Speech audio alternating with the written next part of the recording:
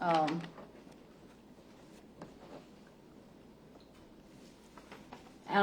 only going to call time on you, 5-minute intervals. We're going through the categories, loosely speaking, but obviously you're going to decide the flow of the debate. And so the first speaker is Judge Griffin. Overall activities of the election. Let's try and start. Starting the, have we started the, okay, welcome to the August 10th, 2024 meeting of the Coalition of Little Rock Neighborhoods. I'm President Kathy Wells.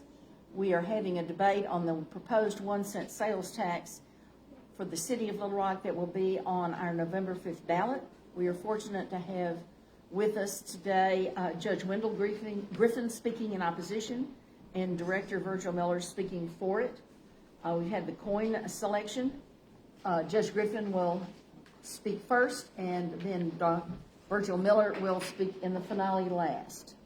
And we then have this down the page. So, please begin your overall 5 minutes, Judge Griffin. Thank you very much, Ms. Wells, and good morning to everyone. Director Miller and I are good friends, and so please understand that this is a civil discourse between two good friends who simply see the issue differently. We see a lot of things the same, but I don't know very many people that I like, that I agree with all the time. And I know a lot of people I don't like, that I also disagree with, and I agree with. So I'm glad to have this conversation with Director Miller. I am historically a good government supporter. I believe that government is worth paying for. I believe that you cannot run government like a business because government is a service. And therefore, you don't run government on the profit motive, you run it on the service motive. And therefore, we have to have taxes that provide for government. I have historically been opposed to sales taxes because they are regressive. Basically, you get most of the money from the people who can afford to pay the very much money. The people who have the most skin in the game are the folks who have less skin to give. And I don't think that's fair. Be that as it may, it has been popular in Little Rock and elsewhere to finance local government largely on sales taxes. That's not going to change this year.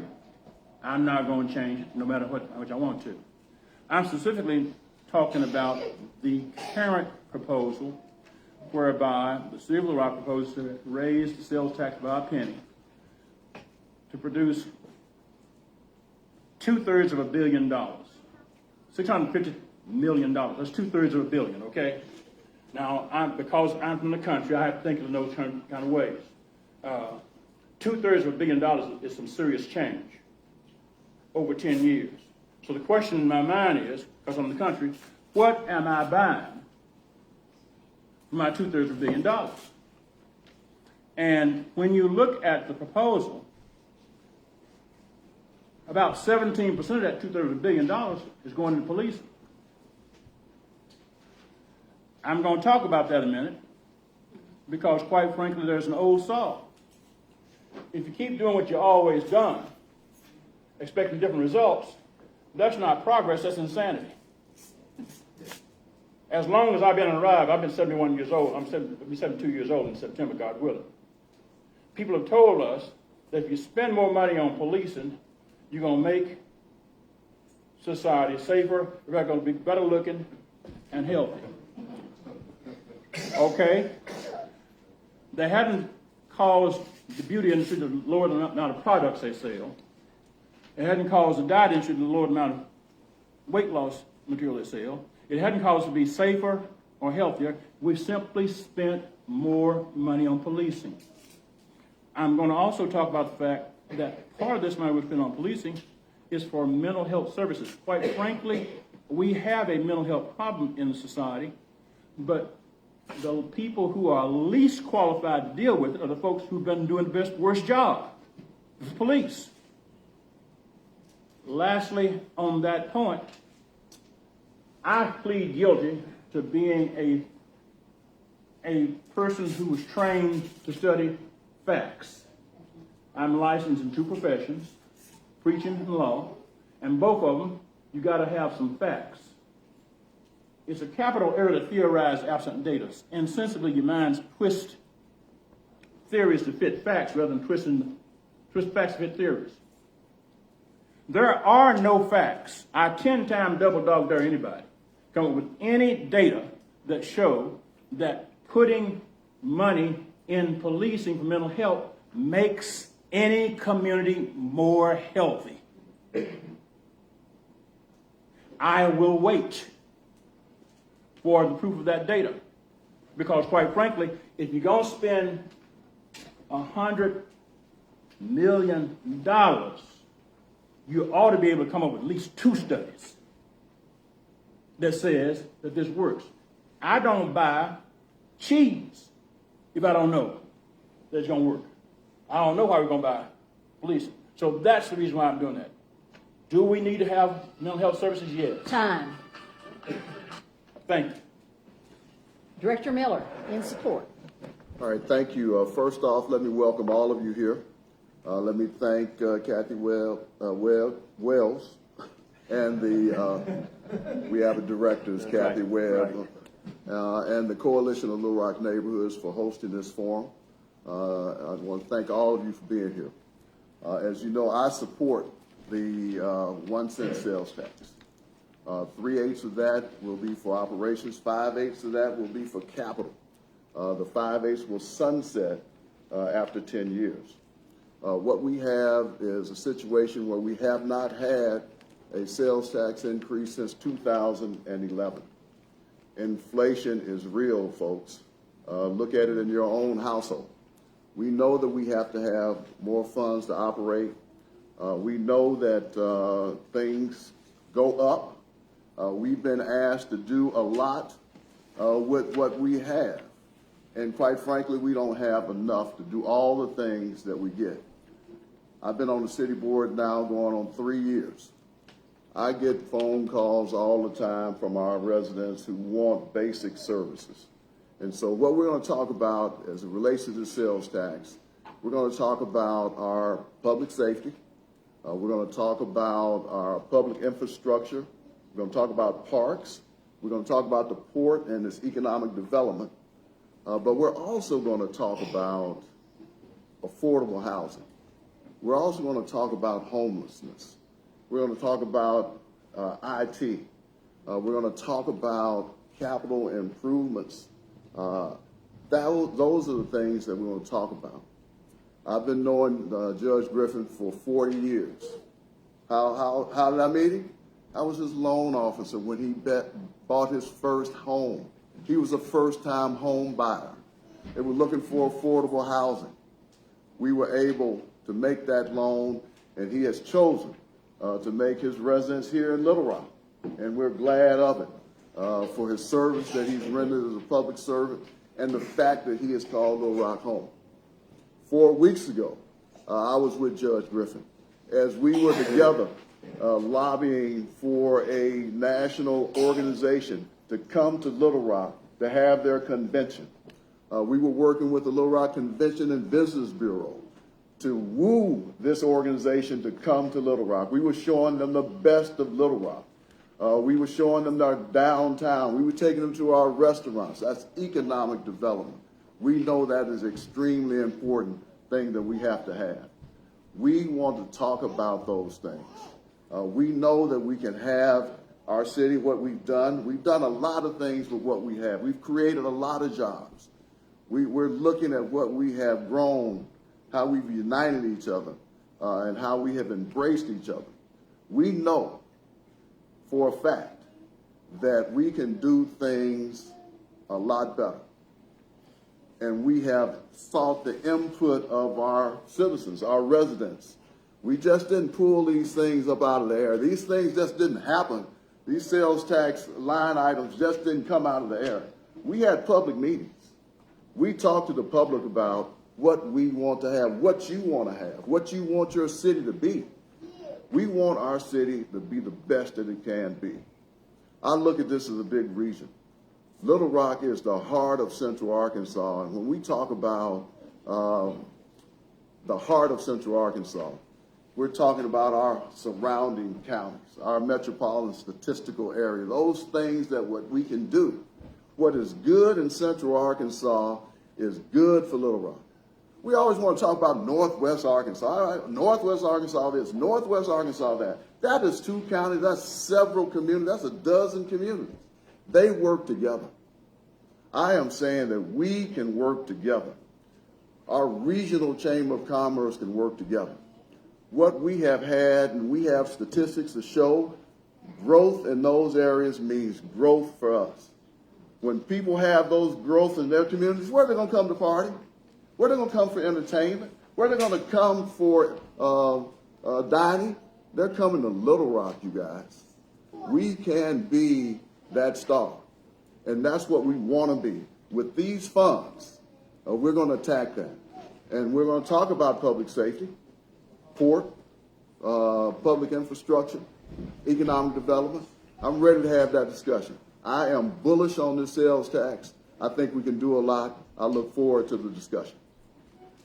And time, and thank you. And before we move to the public safety segment, welcome to the latecomers who are standing at the back. Please come around here. We've got chairs. We want everyone to have a seat.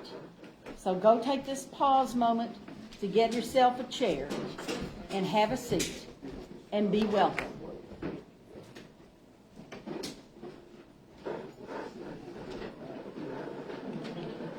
Everybody got a chair, plenty of chairs. We can all be good, elbow to elbow, good friends. And civic activists.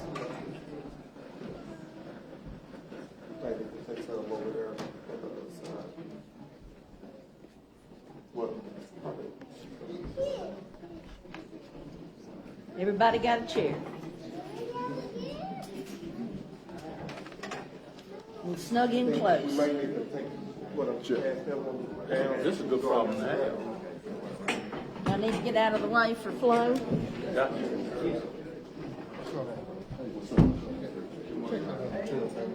You want to just flip them around? Here we go. Just shift them down. Shift down? Well, I'm trying Just shift them down. to be a servant. Just shift them down. Yeah, you get that one. Sneak up. You keep the jacket, Judge. I'll keep the jacket. Yeah, I can keep the jacket. Is that everybody? Have you got everybody seated? Okay.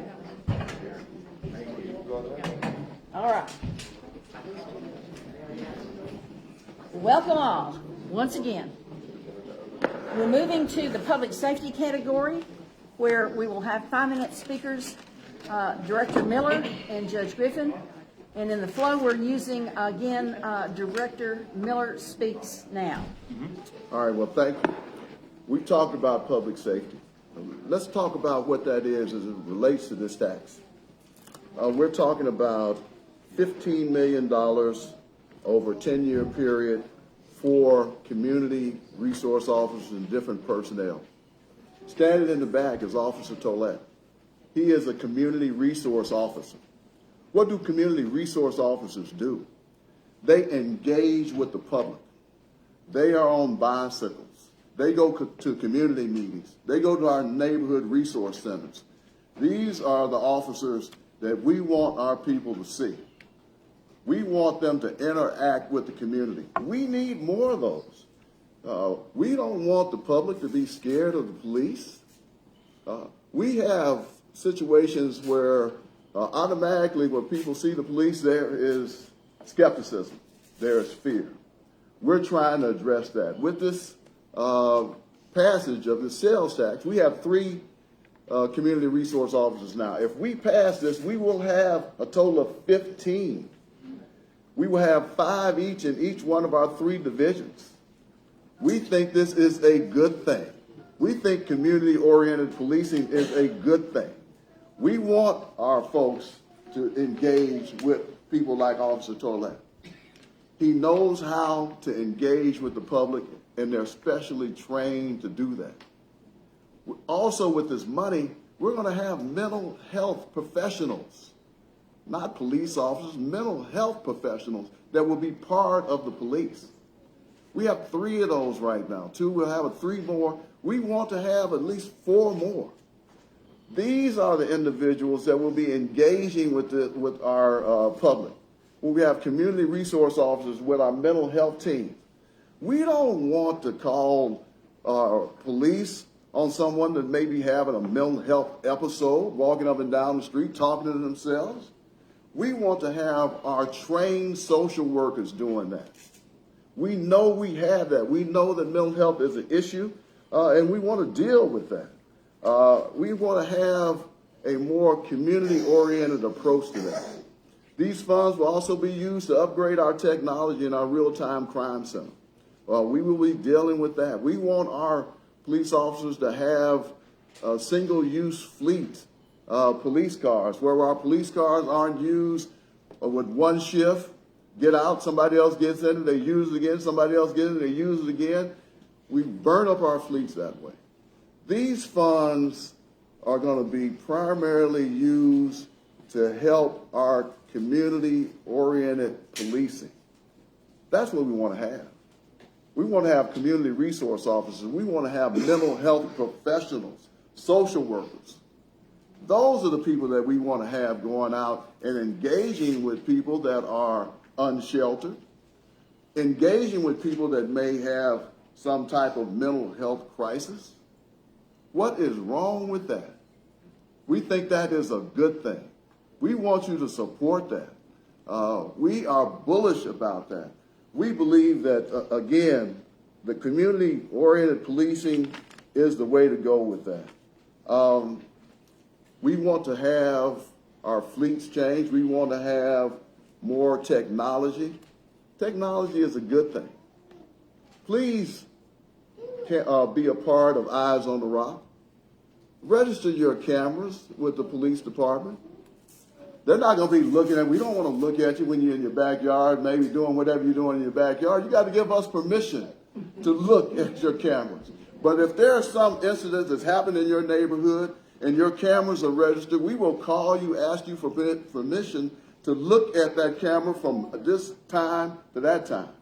We think it is a tremendous asset that we will have in our community. It is already paid assets as it relates to trying to deter crime. And when crime happens, we'll be able to then take a look at those and help us engage with that. There are things that are important with this piece on public safety. And I didn't even talk about our fire department, which will now have funds to have our fleets upgraded. We will have funds to maintain our fire departments. We want to keep our ratings. We don't want your homeowner's insurance to go up. We have to have this in order to keep our city the way that it is from an insurance standpoint. These are good things, you guys. There's nothing bad about that. And time and thank you. Now Judge Griffin on public safety. On public safety, the elements involved are West Little Rock Fire Station operations, $8 million. Code enforcement, $5 million. Fire station renovation fund, $5 million. And then public safety and code enforcement vehicle apparent apparatus replacement, $50 million. Public safety real-time crime center operations, $30 million. Preliminary community-oriented policing and mental health response, $15 million. I'm going to talk about it real fast. Folks, I don't have anything against fire departments. We need to keep our fire departments upgraded. Okay? So please don't walk around here saying Griffin is against the fire department. I don't have anything against community policing. We need to have community policing.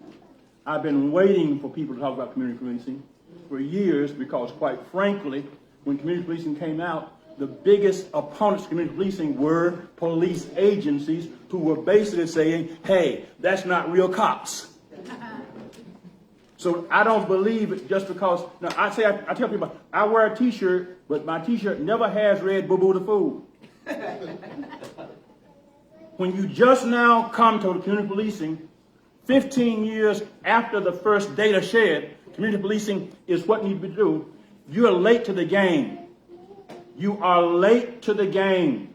And you cannot start a race 15 years after the race starts and play catch up and get ahead of the game. Not with my money and not with your money. The other thing is real time and data. I got this law degree, and I had to learn constitutional law. And I had to learn the Fourth Amendment, 48 words. The right of the people to be free from unreasonable search and seizure in their homes, persons, and effects shall not be infringed without a warrant or probable cause. You know what exception to that is? Consent. The police have to have your consent to get your camera because they don't have a right to see nor even to be on your porch. Now they are saying, give us consent to have your camera be our eyes. I don't mind reporting something, but let me report. Don't get my consent in advance and then say, because you consented, hello, I see. I've been black too long, y'all. Okay? I didn't get black last night.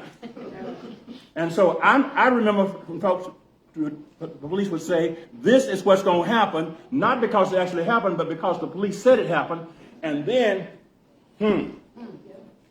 no. Quite frankly, technology works only as well as the people who work it. And if the people who work it have a history of working against civil liberties, I cannot trust them to work it in behalf of civil liberties. I will be glad to call the police to report crimes. I will not ask the police to be a spy for me and say, I don't have sense enough to know when to call. That is the situation. Now, quite frankly, on the mental health point, I'm married to a psychologist, y'all. Okay? So I'm all in favor of mental health. The problem I have is we have had more than a few mental health situations where people have called the police and said, I have a person in my family who has a mental health issue. The response was not humane, it was not compassionate, it was not therapeutic, it was punitive. And what does the police agency have as its disposal? It has a badge, a gun, backseat of a cruiser, and a jail. What we don't have are treatment facilities, clinics, and providers. If the police agencies are not going to have therapeutic centers, then all that's going to happen is the police social worker is going to tell the police agency to take the person to the state hospital or to the jail. The state hospital services the whole state. We do not have enough. Thank you. We're now moving to the category of parks and quality of life, and we begin with Judge Griffin. I love the fact that we live in a natural state. And I love the fact that we are talking about upgrading our parks and quality of life. I just wish that they would put the money where the people are. Hyndman Park improvement in southwest Little Rock is set up for a $2.5 million increase. $2.5 million. That seems like a lot of money, but there's a whole lot of people that's covered in southwest Little Rock. We're spending a whole lot of money in Repsamen on the north side of the city, and I love Repsamen, but the fact of the matter is, if you are in a family and you have people in the family who have greater needs, the people who have greater needs get the greater service. In this budget, the people who have the greater needs, the area of the community that has the greatest need is getting the least amount of money. That's not fair. That's not right. And it is not good over the long term because we're talking about a 10-year investment. They're going to get less over the course of the next 10 years. I believe we can talk about indoor complexes, but quite frankly, I know what indoor complexes mean. That's selling something. Parks are free. Parks are free. And we can do a much better job investing in parks. I'm still waiting for us to upgrade War Memorial Park. I'm still waiting for that. So, those are my concerns. I'm not opposed to spending the money. Let's just spend the money where the need is greatest. And we can talk about where the need is greatest.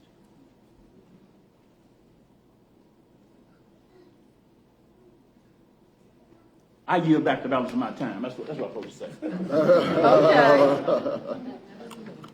Okay. If I am correct in my reading, I believe that you got the wrong line, Judge Griffin. You do have to come real close, but line 12 for Hyman Park appears to show capital investment of $14 million and $1 million. Operating of $1 million. I stand corrected. You're right. It is, but it was the capital 14 that I think got overlooked. So maybe we should give you a minute more at least to talk. I'm glad the capital improvement for Hyman is $14 million. I'm glad about that. But still, that is an underfunding for the area in need. We're talking about the area of Southwest Little Rock, and that Hyman is the area, park area, Southwest Little Rock. That is the area where you have the highest population of black and brown people. And $14 million, quite frankly, is not enough. Let me just say that, we can do better than that. Can't we? Mm-hmm. I mean, can't we do better than that? Don't we want to do better than that? Why shouldn't we do better than that? All right. Just wanted to make that point in the debate. I stand corrected. Thank you so much. I apologize for the tiny type. I know that is partly our fault. Now we get Director Miller on Parks and Quality of Life, 5 minutes. Thank you. Take a look at the line items under Parks and Quality of Life. $14 million, as Kathy said, for Hyman Park. $14 million for War Memorial. Look at West Central Community Complex. West Central, I believe that's John Barrow, you guys. They're going to receive $8 million. That will go towards a pool, goes towards facilities. We need to have more facilities. Community center improvements, that includes East Little Rock. That includes Dunbar. That includes Stevens Community Center. That includes Southwest Little Rock. We need to have these type of improvements for our youth to do. Have you guys driven by the basketball courts there at Mississippi and Rodney Parham, where the courts are up? You see who's in those courts? You see what time of day, all times of day, even at night. We have to have something for these young people to do. They are there doing that. If they are doing that, playing basketball, staying engaged, they're not on the street. They're not running around getting into things. They're not idle. We have things for them to do, and that's what this is about. Quality of life is about that. This is also a public safety issue. We always talk about public safety as it relates to police and fire. Look, let me tell you what public safety is. Public safety is about giving these young people something to do. That's public safety. Public safety is about making sure somebody has a job. That's public safety. Public safety is about making sure somebody has an affordable house where they can raise their family, where they can have gatherings. That is public safety, you guys. You just cannot take a look at public safety and put it out in a vacuum and just say, oh, that's public safety, that's police and fire. Public safety is way more than that. It's way more than that. And so when I, as a youth, a part of a youth program, and I had a check, it kept me off the streets. It was a program that engaged me. The EOA programs, the programs that we have through our community programs through our city, the programs that we fund and give contracts to for nonprofits. That is public safety. Please don't leave out of here thinking that we're just talking about public safety again as a police or fire issue. That's not right. Public safety deals with a whole lot more than that. It deals with giving these young people something to do. It is a quality of life issue. And so when you see those young people out there having fun, playing basketball, having a place to go, and we talk about indoor, outdoor sports complexes and what we'll bring to the city, yeah, we'll bring some of that. We'll have some economic development about that. But that's not the real thing, you guys. It is going to be available to the people who live here in Little Rock to use. We won't be charging our residents for that. We're going to have something for them to do. That's what's important. That's why these things are important. That's why quality of life is important. That's why parks are important. It is all part of economic development. And so when we're trying to recruit people to come here, please bring your business here, bring your families here. They want to know, look, we got a bunch of sites that have different places for us to go, shovel-ready sites. What else do you have? What's your quality of life? That's what people want to know. They want to know what your quality of life is. They want to know what can we do. They want to know what type of parks do you have? How do you engage young people? Where's my family going to go when we are off work? That's why these things are important. That's why I'm telling you, look at where these line items are. Look at how much money is being spent in Southwest Little Rock, in East Little Rock, in Central Little Rock, in our community centers. Take a look at that. And know, when you're looking at that, you're going to be looking at youth playing. You're going to be looking at people off the street. That's what you're going to be looking at when you support this. And time. Thank you. We now move to the Public Works and Infrastructure category, and Director Miller speaks. Thank you. We're talking about $80 million for strategic infrastructure improvements, $5 million for targeted community development, sustainable infrastructure at $1 million, equipment for trash pickup, $3 million. Let me tell you guys something. The most phone calls I get about people who didn't get their trash picked up. That's what people want. I get phone calls about, hey, Director Miller, what are these potholes? What are you guys going to do about these potholes? All right. What are you going to do about sidewalks? What are you going to do about drainage? What are you going to do about those? These funds will go towards that. We have funds for that, but we realize that we need to have more. When we talk about strategic infrastructure improvements, hey, you guys, we got 10 members on the city board, right? 7 of them represent wards. Every ward wants to have a piece of the money, all right? I'm from Ward 1. I think I deserve more of the money. I think I got more older housing stock than anybody else. Okay. But the way we're structured, we got to get 6 votes to do that. Everybody wants money for their wards, okay? And our at-large directors got to hear from everybody with regard to their streets, curbs, and gutters, and taking care of that. We will have more money to deal with that. We will have public hearings where you would talk about, this is what I need in my community. This is what I want. We want to augment the funds that we already have in our street and drainage and sidewalk improvement programs. We know that we have to have more of it. And then you say, well, there's some areas that need more than others. That's why we got the targeted community development infrastructure, the $5 million there, where we can target more funds towards these areas that need it. I'm glad that Director Antoine Phillips is here, who led that charge to make sure that the areas in central Arkansas, central Little Rock, the areas in John Barrow, the areas in Southwest get more of a targeted amount of money. We know we need that. Those are phone calls I get.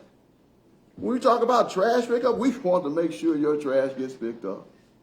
All right? I get phone calls about that all the time. There is nothing more painful for me to get a phone call from a resident who said, Director Miller, my trash wasn't picked up on a trash pickup day. It wasn't picked up the next day. It wasn't picked up the next day. I want my trash picked up. We got to make sure we deal with that. We got to make sure if the 311 system is broken down, we got to fix it. And if it's not being addressed, please give us a call. I don't know what I don't know, but I do know if we pass this tax, we're going to have more money to deal with that. We got to have basic services for our folks. That's what I believe in. Basic services. I like the bells and whistles, you guys. I like the pedal bar. I like different things. I like attractions. But you know what I like more than that? Basic services. I want you to get your trash picked up. Potholes fixed. I want you to get your potholes fixed. Sidewalks. We have $1 billion worth of need for infrastructure. We just have to chip away as much of it as we can. We know if we do this, we will be chipping away. We got to chip away at it.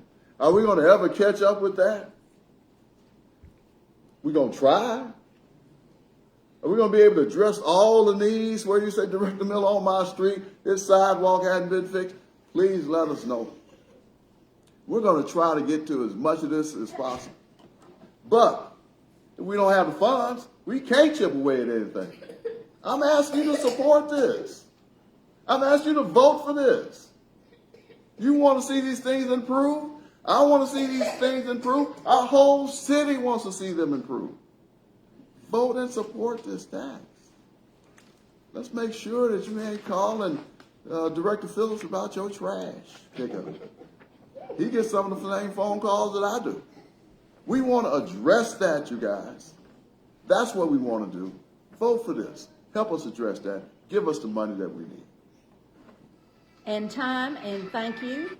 And now we'll hear from Judge Griffin on Public Works. Thank you very much, Ms. Wells. I'm glad Director Phillips is here, and I want to acknowledge the presence also of other elected officials.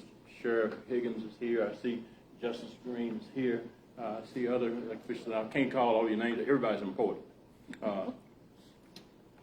Let's re-envision what infrastructure means for a moment. Yes, it means streets and sidewalks and drains and trash pickup. Yes, it does. But it also means, is this street going to have homes where people can live and that's affordable? Because housing stock is part of infrastructure. And quite honestly, that is not an afterthought. People don't move to Little Rock to live on the street. They come to Little Rock to live in a place, and they need to have shelter. The shelters need to be safe. The streets on which the shelters are located need to be well lit. But also the neighborhoods where those houses need to have resources that serve them. Community centers should be part of resources, infrastructure. I've heard a whole lot about sports, but I haven't heard much about arts. Hello? Is the only place we go for arts the Robertson Auditorium and Arts Center? Or can't we talk about infrastructure as being neighborhood arts communities? Can't we envision, dare to dream, and dare to dream of a city where people come to Little Rock not just to see a show, but live in Little Rock realizing I can see a show in my neighborhood, in my community center, because the community center is part of the infrastructure. It's serving. I don't just have to go to a school play. It can be part of it. But we have to begin to envision that. We will never envision that if we continue doing what we've always done. If you do what you've always done, you get what you've always gotten. Putting more money in what you've always done doesn't make it better. It simply makes you put more money in it. It's more expensive. I don't deny we need to spend money on infrastructure, but I believe we need to be more creative, more visionary about what infrastructure means. Because I'm a grandfather. Whether you're a grandfather in West Little Rock or a grandfather in Central Little Rock or Southwest Little Rock or East Little Rock, you not only want your house to be a street, but you want your neighbor's house to be a street. You want your neighbor to have a place that's good. And you want your neighborhood to be good because that attracts neighbors who are good. If you just have streets without neighbors that are living in those houses, you don't have streets, you have enclaves. And quite frankly, we don't need any more enclaves. We are a community. So I believe we can do it. I will dare to say, the issue isn't that we don't need this. This is we can think of it better. We're smarter than this. We can do better than this. And we deserve better than this. I'm simply saying, let's challenge ourselves to do better. And I believe that our leaders will do that if we say so. But they're not going to do that if we pay them not to. Quite frankly, if you pay me to do what I've always done, I will take your money, do what I've always done, and then blame you for complaining because you didn't get what you wanted. That's not progress. That, my friends, is being on a cycle. And that's a cycle we can afford to get out of. Let's break out of it. I yield back the balance of my time. Thank you. Next, we're dealing with collection of the smaller items on the list for the tax proposal on the ballot. So I combined the port money, economic development category, the homelessness, and the affordable housing items. And we hear first from Judge Griffin. I like this item because it talks about economic development and homelessness and affordable housing, and treats homelessness as something not part of infrastructure. Excuse me, people are unhoused because we don't have an infrastructure that houses people. This is not a personal problem. This is a systemic problem. Folks, unhoused people are not personally impaired. Our system is dysfunctional, so that we no longer have a way of providing affordable housing for people who need it. We know they need housing. We know they're there. We see them, but we're thinking about them as an afterthought. In this budget, it becomes an afterthought. Homelessness, okay. Well, let's see. Homelessness, affordable housing. It's a fraction, a very small fraction, a very, very small fraction of what we're talking about. I think when we talk about economic development, we need to understand that you can't develop a community with people who are unhoused. You can put all the money you want to in an airport or a report. But people, neighbors, residents, friends, and family make economies work. Ports move products. That's what they do. Ports move people.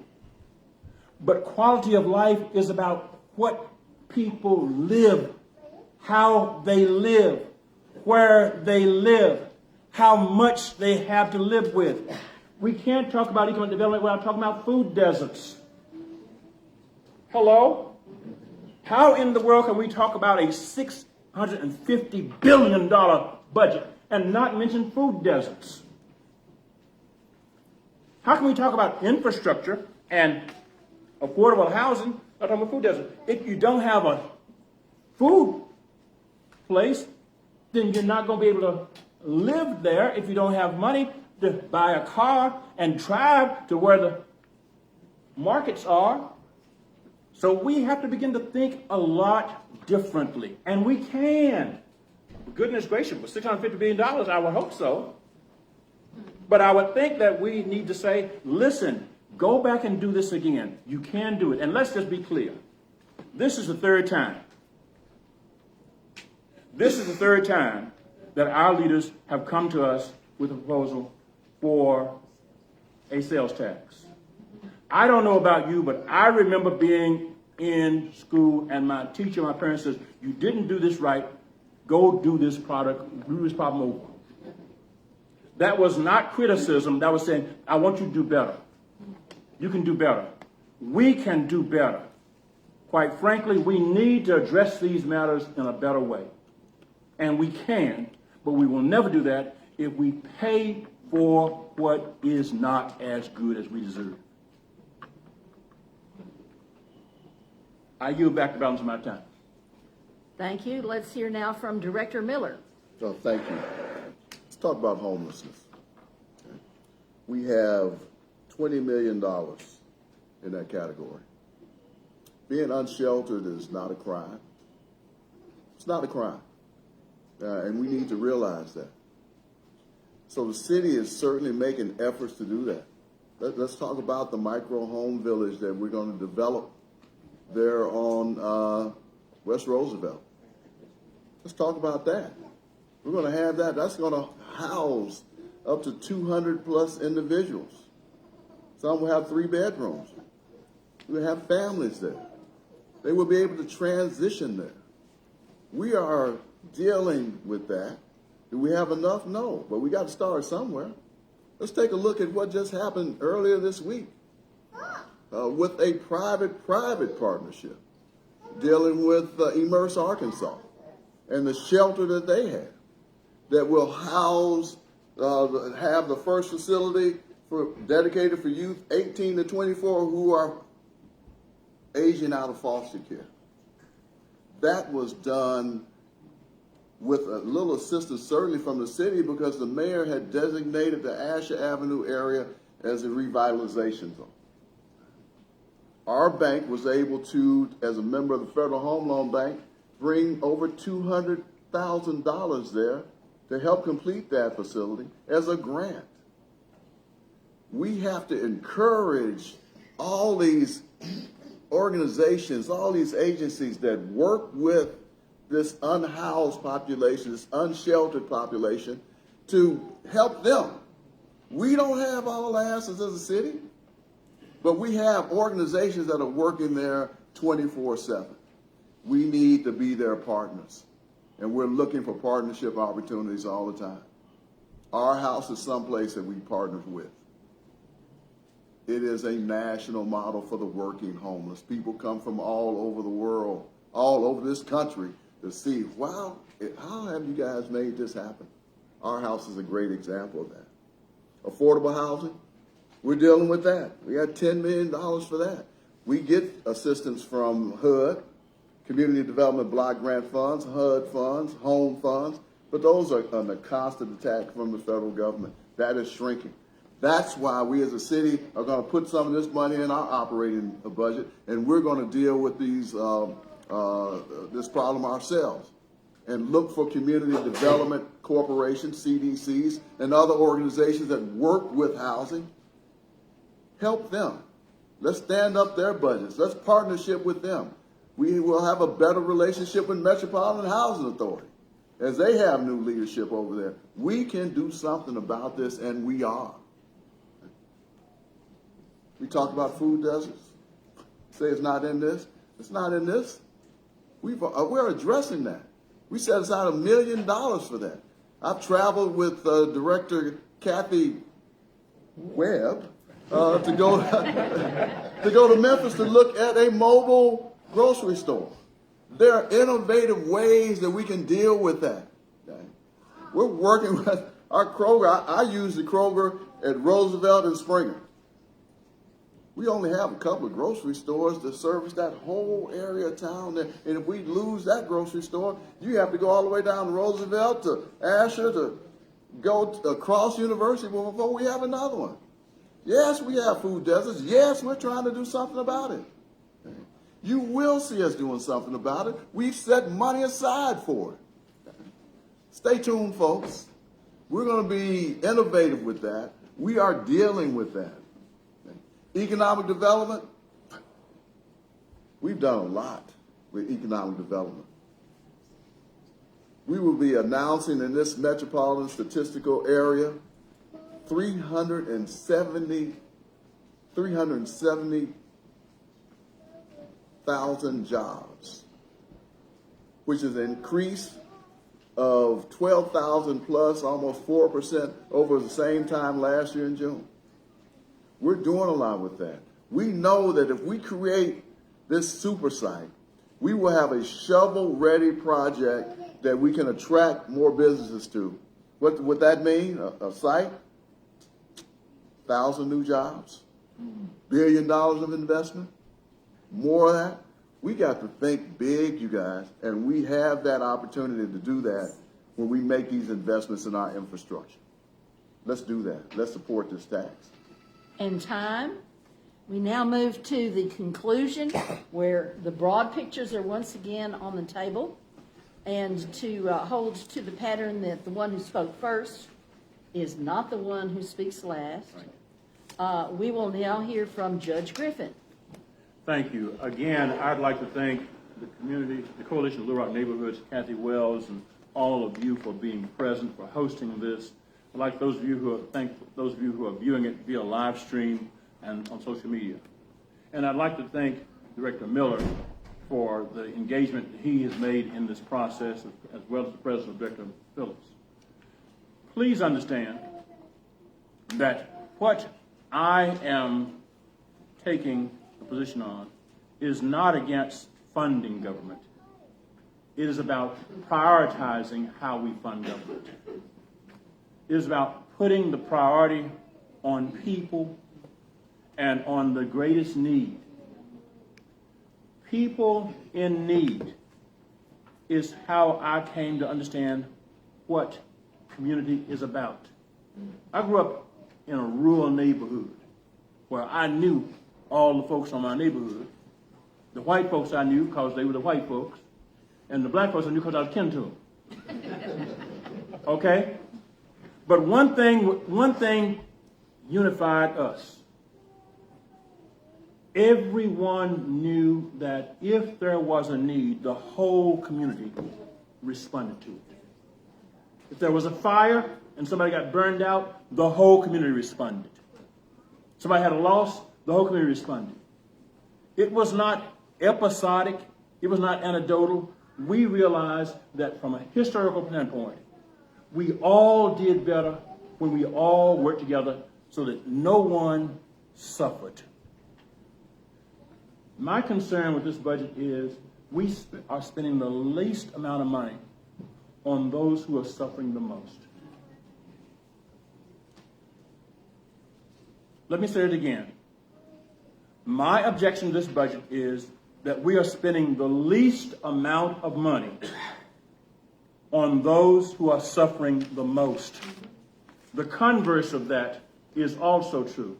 We're spending the most amount of money on people who are not suffering. Let me just say very clearly, yes, I want more parks in West Little Rock, but folks in West Little Rock have sports clubs. Okay? billion budget and talking about less than $60 billion on homelessness? I mean, that's less than a tenth. How can we not tithe enough to take care of our unhoused sisters and brothers? How can we have food deserts and we want to spend 2/3 of $1 billion and say, well, this is the best we can do? Excuse me.